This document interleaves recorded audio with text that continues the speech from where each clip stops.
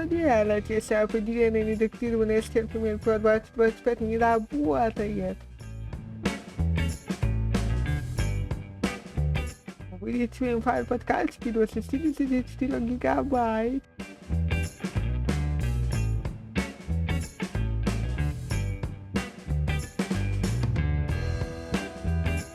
Разбиваем последовательность смыслах смены стен каждые 10-15 минут, а затем включаем определенные редактированные стен.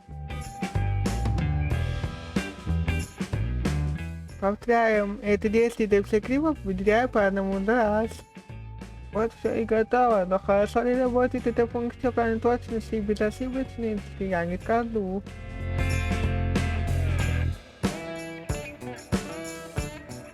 Лайк, подписка и донат будет этого очень рад.